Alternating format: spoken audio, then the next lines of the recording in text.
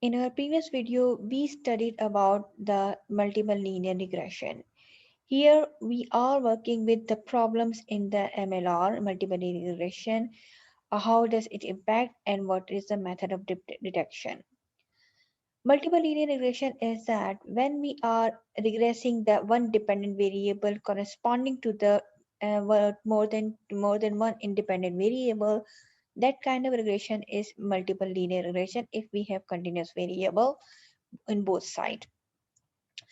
So multiple linear regression has its own assumption also, like linearity, normality, homoscedasticity, and independence in the variable and the observation.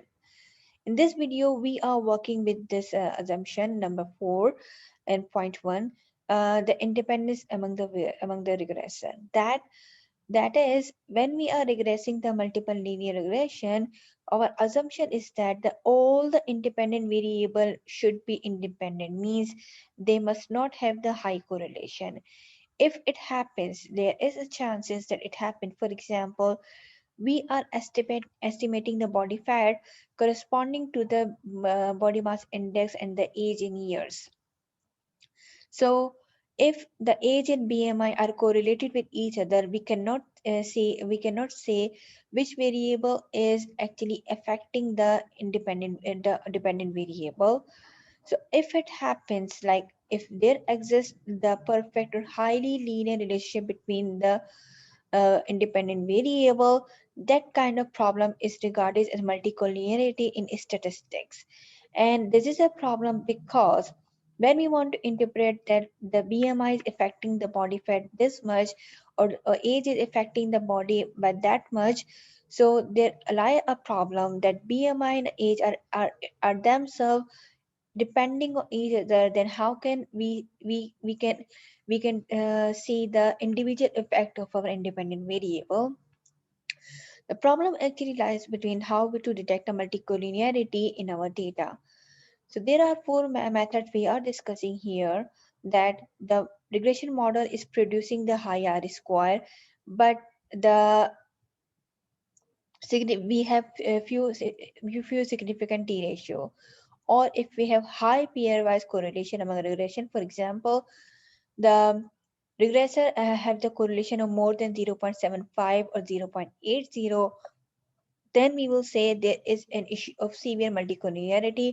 Otherwise, if it is less than that 0 0.7, then we will consider that there is no multicollinearity. Another one are tolerance and Viennese infection factor. If tolerance is near to 0 and VIF is more than 10, then we will say there exists a multicollinearity. Besides, one more thing, the last point is deviation with empirical and theoretical effect. For example, we are saying that with the increase of the BMI, the body fat is also increasing, and it is our assumption. It is the theoretical actually assumption that with the increase of BMI, the body fat is increasing. But when the regression output occurs, the regression output says that there is a negative effect between the body fat and the BMI. So it means there must exist a multicollinearity if this happens in the output of the regression. We will use the world95.sav data which is available on the internet, and we are going to use the female life expectancy as our dependent variable and the calorie intake as our independent variable. Other than that, we are going to use people who read, infant mortality rate, and female who read as our independent variable. And in the SPSS, under the statistics button, we are going to use the descriptive and the collinearity diagnosis. This is the main thing which will detect the multicollinearity, which produces statistics which detect the multicollinearity. Then we will press continue and then OK. The regression outputs will contain a 5 table. So let's check our assumptions, our method of detections. The first one is the second one was high pairwise regression, and we knew that we further say that if the correlation is more than 0.75 between the predictors, then we will say that it is the multicollinearity exists. So we can see that we had to see the correlation between the regressor, and you can see the infant mortality rate and the literacy rate. and the literacy rate of female and the literacy rate, and also the female who read and infant mortality rate have the high correlation, even more than 0.8085. So it means the three variables are multicollinear to each other. To go further, we will see the rest of the tables. Like our first assumption was that high R is square but few significant T ratio. The R square here is 0.957, which also leads towards the p-value less than 0.05 for the ANOVA, which means all the coefficient are having significant effect. But when we see the T ratio, we can see that the daily calorie intake in the female who read have more than 0.05, which implies that these two predictors are not significant. So there is contradiction between what the ANOVA output and the R square is predicting, and what the t-test is predicting. And then our fourth assumption was our fourth detection method is that deviation with empirical and theoretical effect. So we are assuming that the people who read the literacy rate should have the positive effect on the female life expectancy, calorie intake have the positive effect on the female life expectancy, infant mortality rate should have negative effect on the female life expectancy, and the female literacy rate should have a positive effect on the female life expectancy.